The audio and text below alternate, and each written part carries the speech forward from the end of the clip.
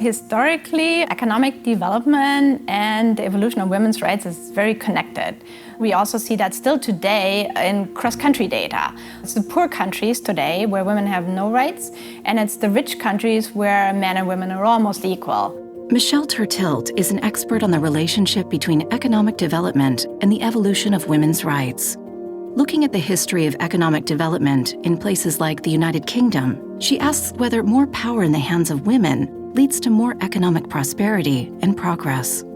There's evidence that money in the hands of women is spent differently from money in the hands of men. Women spend a larger fraction of additional income on child-related things, and men spend more on alcohol and tobacco. These facts have been used by the World Bank, by the United Nations, by a bunch of development organizations to argue that giving money to women is a good development policy. The rationale being women invest in children, meaning human capital, and that must be growth enhancing. And so my question was, is this necessarily true? What we did is developed a model where we try to understand the different spending behavior. Suppose men and women care about children in the exact same way, which seems like a plausible hypothesis. We can still generate these differences in spending behavior because of an efficient allocation of tasks. This really depends on the gender wage gap.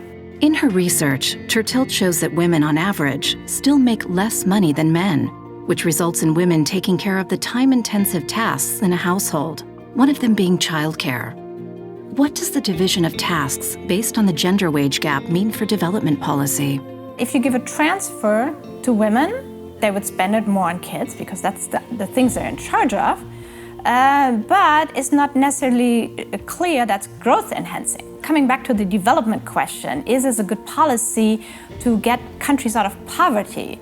And there it's not so clear because if men are in charge of essentially investment goods, savings for the future, things that are useful for production, then it depends where's the bottleneck. If human capital is very scarce, then giving money to women is a good thing. Whether countries are more in need of physical or human capital is very difficult to estimate. In that sense, we are not giving easy answers with our research. We're just providing questions to ask. Women's rights in developing countries today are still limited in various spheres, from their representation in parliament to property ownership and inheritance rights. Tertilt believes that the position of women is an important obstacle to economic development, but that innovation and technological progress will make change possible. Women's rights will evolve more naturally as technological progress happens. I don't think more rights to women itself will lead to more development. I think it's more the other way around, that more development lead to more rights for women.